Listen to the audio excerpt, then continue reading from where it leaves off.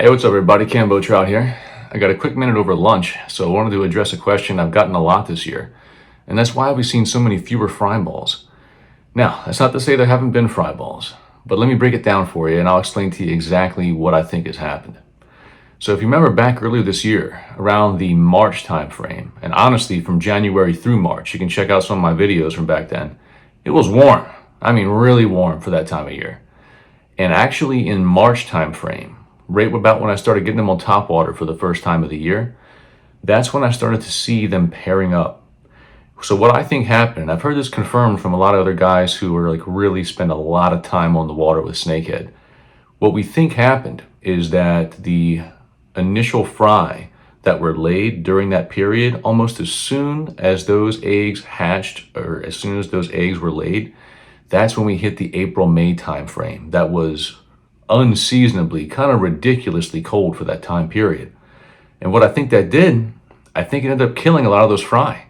And that's why we didn't really see the amount of fry that we normally would see in a normal year around the June, July time frame. Now, with that being said, around, I think it was probably late July into periods of August, that's the first time that I really started seeing good numbers of fry balls. I saw a few others, probably in the June time frame, but very, very, very few. And I heard the same from just about every guy I know out there.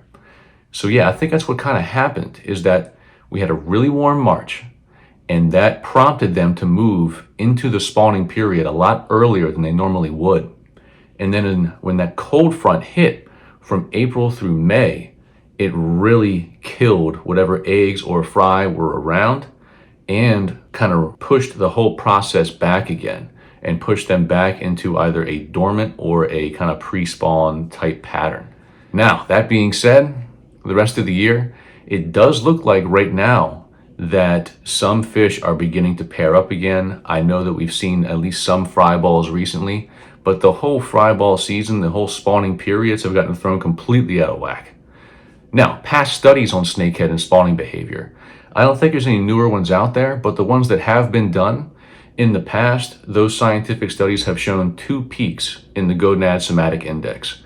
And what the gonad somatic index is, it's a measure of the fish's overall mass relative to the mass of their gonads, meaning the egg sacs in most cases, what they're measuring right here. And of course, as a female snakehead gets closer and closer to spawning, closer and closer laying those egg sacs are growing and growing and growing.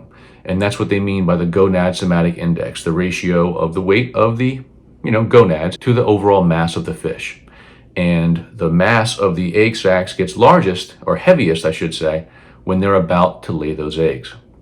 So in the past, those studies have shown 2 peaks, one in the May-June timeframe and one in the August-September timeframe. Those are the 2 quote-unquote normal spawning periods based on studies thus far. Is more study needed? Yes, because if you read the different websites like U.S. Fish and Wildlife Service, and I think Maryland DNR as well, they do believe that in these some ranges that these fish will spawn up to 5 times a year. But what we really haven't answered with these scientific studies is whether or not all fish are spawning that many times, or if most fish are spawning maybe twice a year, and then you have some outliers out there where you'll see some fry balls here and there outside of those 2 main periods of spawning. So, to recap, I think it was the extremely cold April and May that killed the essentially first crop of fry baller eggs and reset the whole process. And aside from that, based on scientific studies thus far, we show 2 peaks in spawning in the May-June timeframe and then the August-September timeframe. So hopefully that answers the question. It is a question I've gotten a lot, like why aren't we seeing fry balls this year? That's kind of our working theory. I say our, like me and a lot of the guys I talk to out there. But there are fry balls popping up now. I have had reports from snakehead guides, like Real All American Fishing Ventures, who have seen them pairing up again. So we'll see. I think we'll probably have one more crop of fry balls this year. I doubt it'll be as heavy as your normal crop, just because everything's been thrown so far out of whack by this year's weather. But we'll see. I could be wrong. Let me know what you see on the water. Let me know your thoughts in the comment section.